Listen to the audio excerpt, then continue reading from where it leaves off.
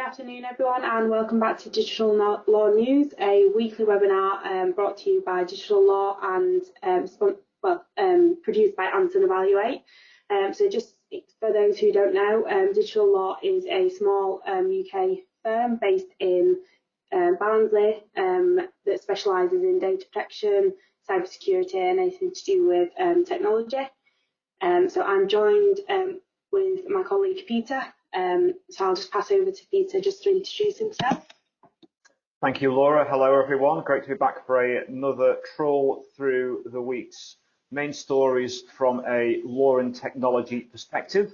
It's been quite a busy week, despite the fact that it's less than 7 days since our last recording. So looking forward to looking at the main stories of interest.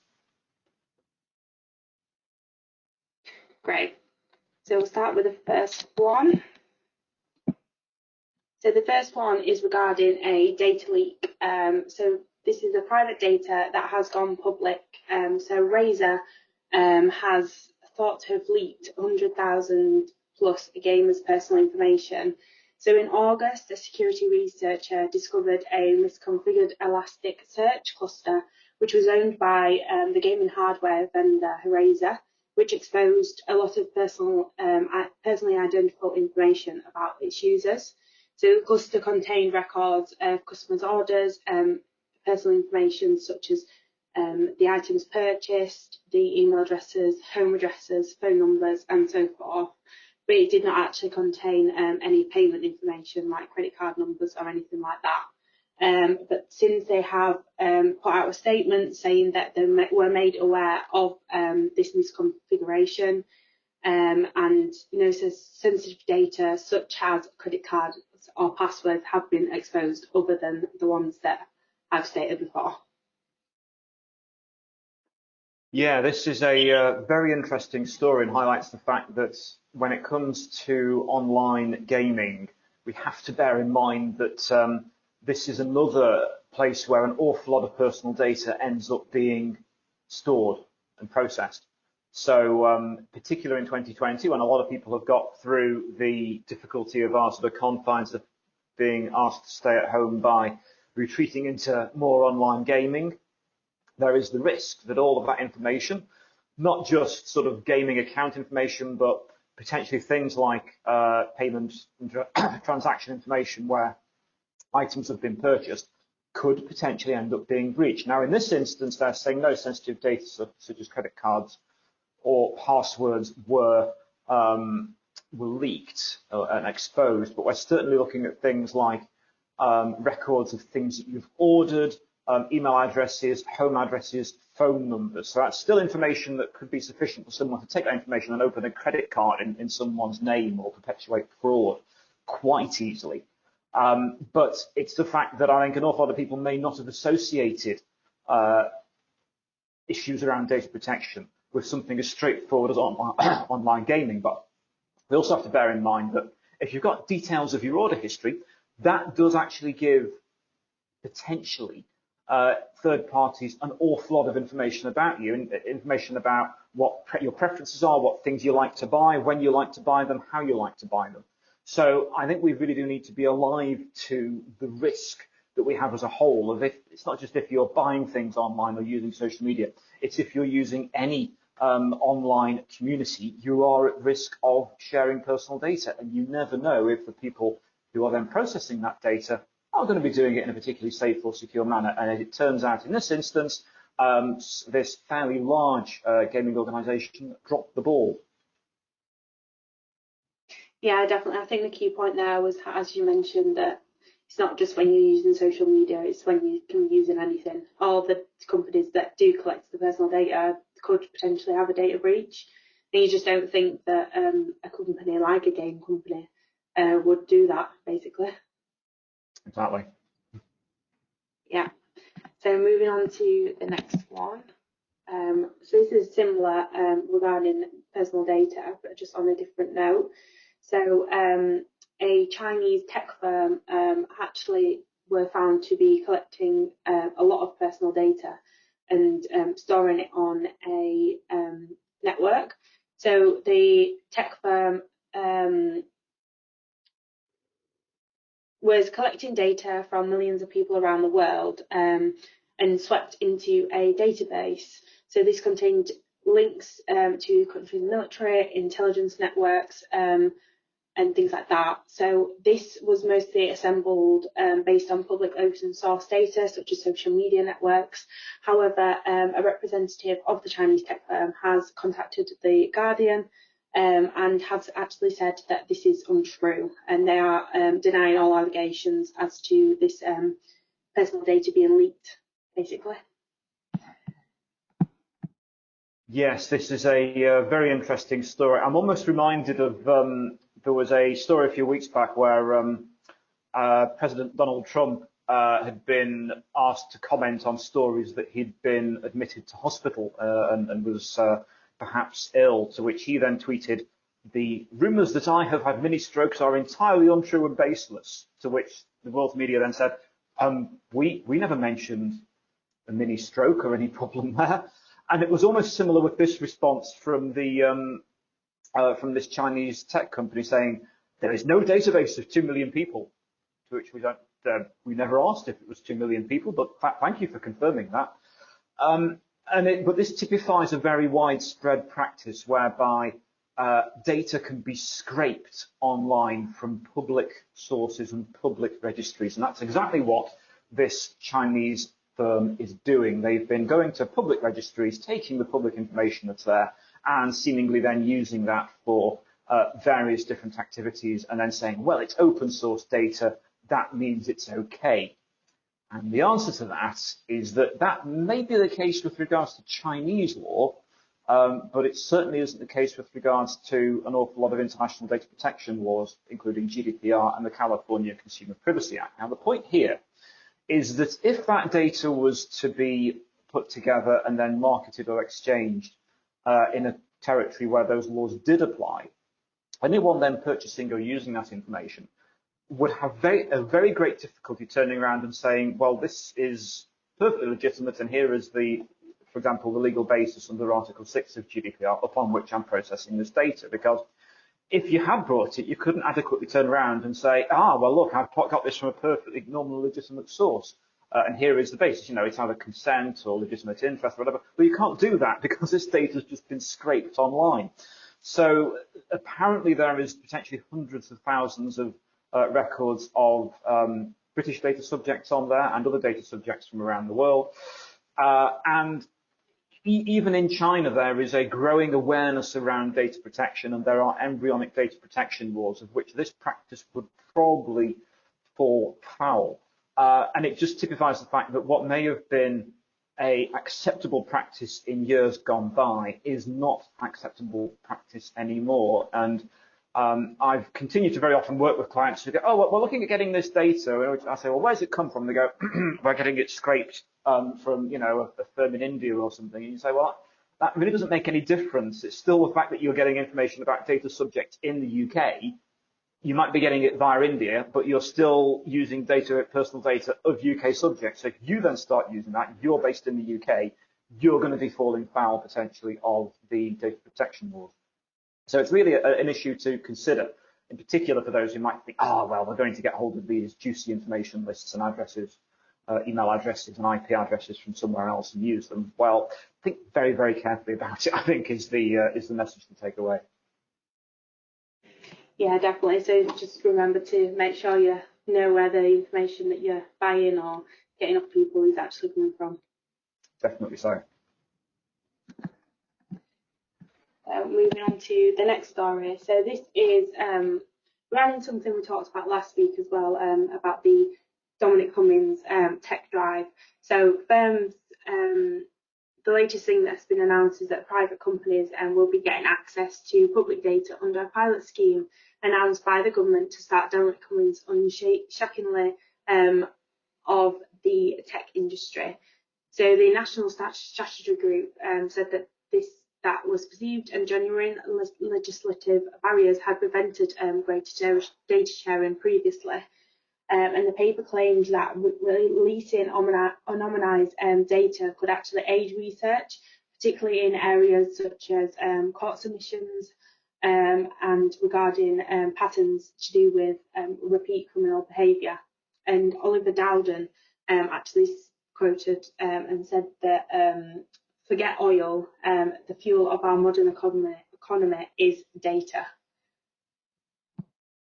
Yeah, so this is a really interesting piece because the Times a couple of weeks ago was saying that Dominic Cummings was interested in bringing back digital ID cards, but that isn't really what they're looking at here. It's more freeing up the use of anonymised data from government that could potentially aid research.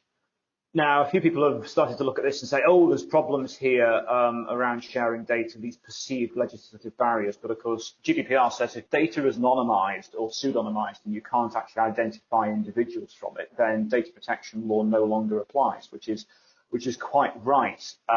It just comes down to making sure that you can demonstrate that you certainly can't identify anyone from that data set. And also, if you're talking about large volumes of data, making sure that that data is indeed accurate, for example, could be a problem because very often governments end up handling large amounts of data, some of which is legacy data or no longer accurate.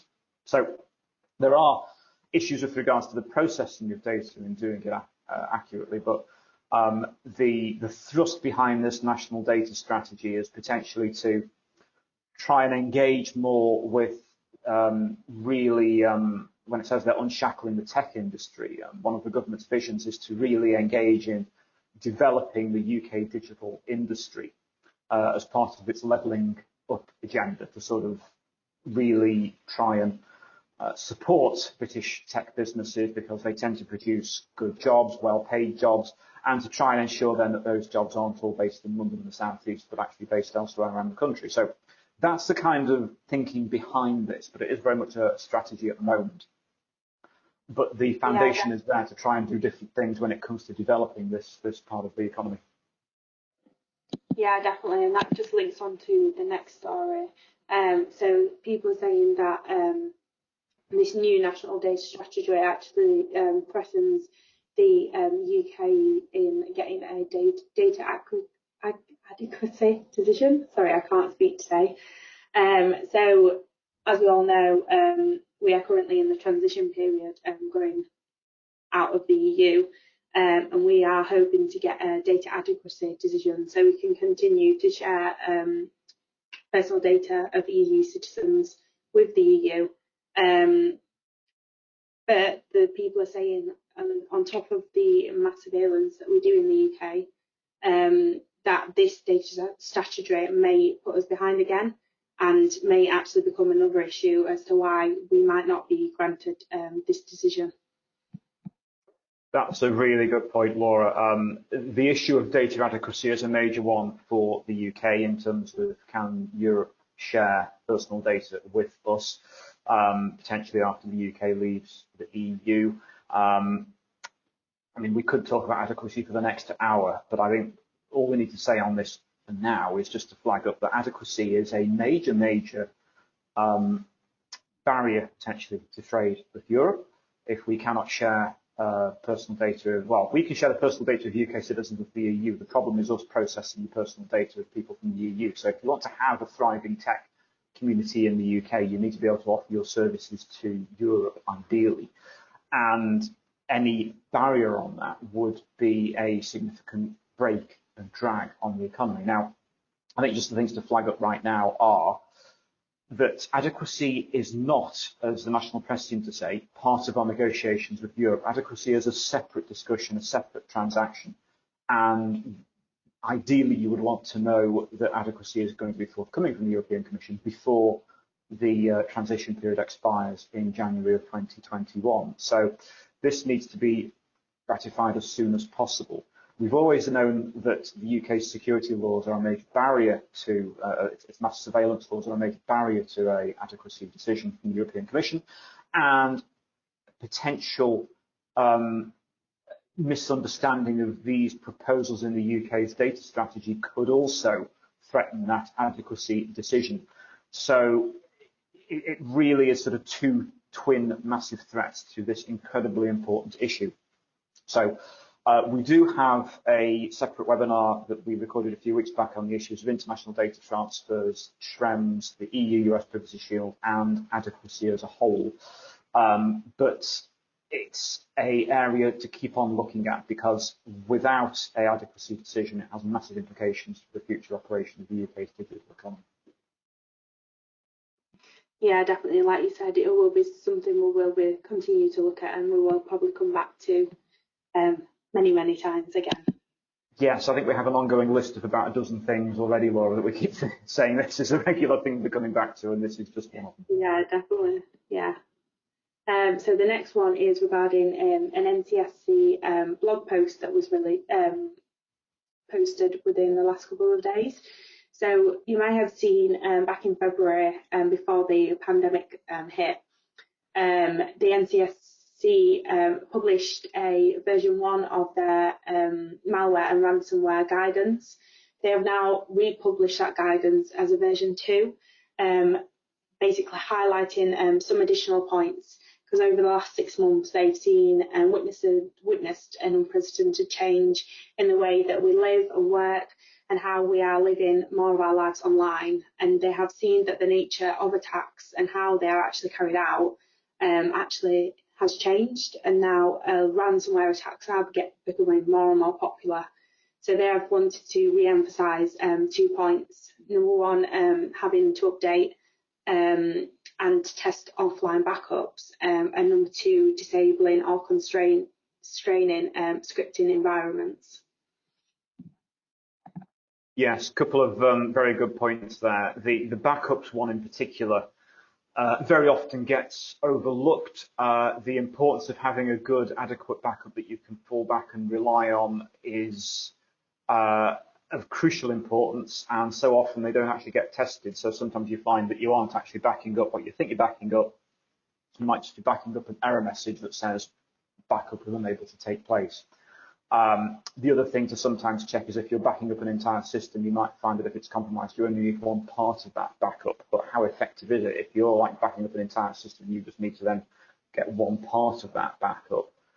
How easy is it to do that? Or is it going to take days for that to happen? And what would be the impact potentially on your business or organization if that didn't happen?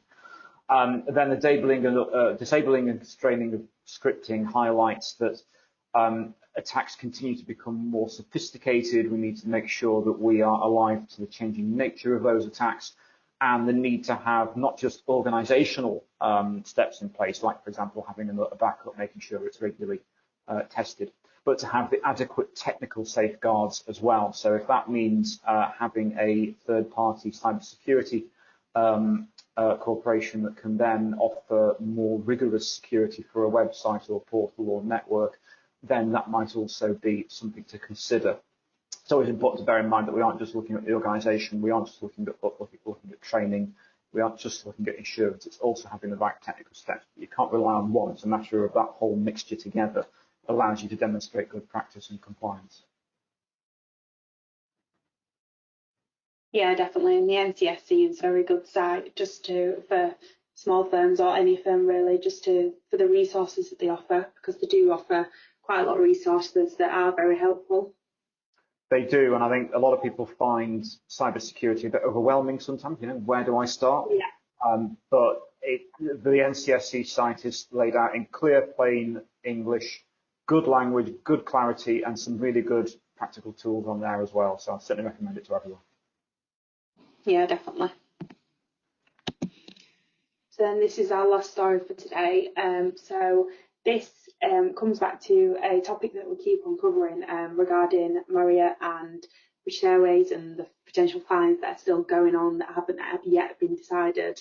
But this is regarding a similar thing, but not quite exactly the same. So which have actually partnered with a security expert, 6.6, and they have run a security kind of tests on websites, and these have all been travel firms, so airlines, hotel chains, and everything like that.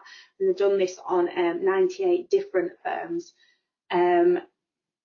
looking at their main domain names, but also looking at like subdomains as well. And they found that one of the most alarming results is Marriott. So they found that 497 of total vulnerabilities were identified on Marriott's website, and more than 100 of these were actually assessed to be critical or high. So we all know about the breach that happened in 2018 when Marriott confirmed that 339 million guests had been maliciously accessed by cyber criminals. And then, despite the ICO announcing their intention to fine the firm £100 million over the incident back in 2018, the firm haven't clearly improved their security yet, because they had another breach in May 2020 involving 5.2 million guests, and now they have these vulnerabilities on their site as well. So it's not particularly looking good. Indeed, it's not great for the travel industry when they're trying to encourage people back to flying, to booking hotels, to taking holidays. When you see a story like this, it doesn't then encourage you to think, yes, I'll hand over my credit card information to book that trip that I've had to put off earlier in the year. And it's a problem for Marriott when they're already facing the enforcement of that £100 million fine, when then they find that there are clearly still ongoing vulnerabilities. Indeed, one of the things that the ICO will be looking at when it's thinking, should we enforce that fine or not, is have they subsequently taken their best efforts to make sure that such vulnerabilities have been closed down and reduced. And of course, in this instance, it looks like the answer to that is no, because if proper organisational and technical safeguards are being taken, you wouldn't have had that further breach of 5.2 million people this year, and there wouldn't have been these vulnerabilities identified by 6.6. So we're in a situation whereby it's looking for the ICO as though they need to decide if they're going to carry on with this enforcement or not. They announced their intention to fine. But looking at things like this, it kind of doesn't look good for them. And it really doesn't look good, as I say, for the travel industry as a whole. Surely when their networks have been quiet with an unprecedented lack of travel earlier this year, wouldn't that have presented an ideal opportunity to take those systems offline for a few hours, beef up the security, and really invest in making sure that those systems are as safe as they possibly could be, when you are likely to get then a big increase in volumes when lockdown conditions were lifted? It really doesn't demonstrate a good degree of sort of strategic clarity of thought and planning.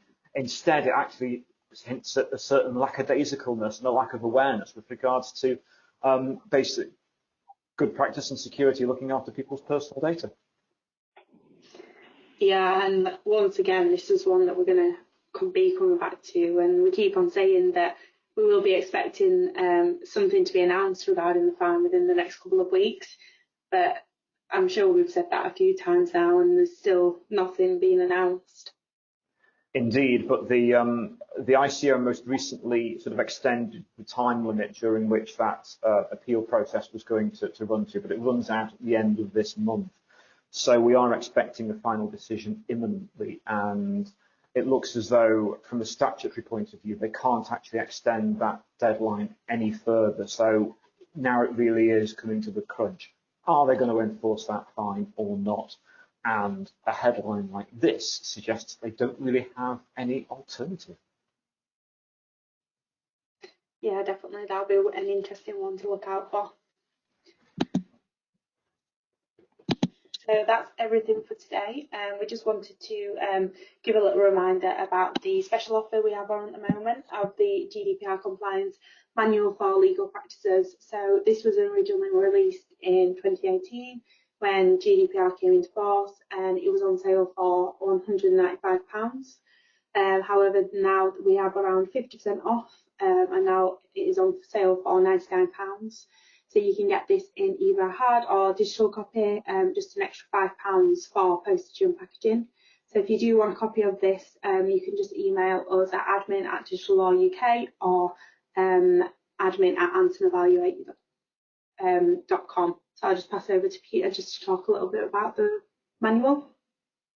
Indeed, this is our compliance manual that contains things like forms, templates and checklists to help you with getting a handle on your data protection compliance to allow you to demonstrate good practice when it comes to legal and regulatory compliance as a whole for an organisation. It is designed for law firms, but we have had copies purchased by other professional practices and organisations that have wanted to just really get a handle on, right, we want to make sure we're compliant, where do we start? So this contains a lot of practical tools, advice and guidance to help organisations to get on a path to saying, yes, we can demonstrate best practice with regards to complying with the legislation that's very good at telling you what standard it wants you to reach, but doesn't in any way, shape or form tell you how to do it. This manual tells you how to do it. Great. So yeah, just a reminder, these webinars do usually take place on a Tuesday at 4 p.m. unless there is something that comes up. But yeah, these are recorded and are published on our YouTube channel, put on our website, and uploaded to podcast sites such as Spotify and Apple. So yeah, thank you for listening, and we hope to see you next week.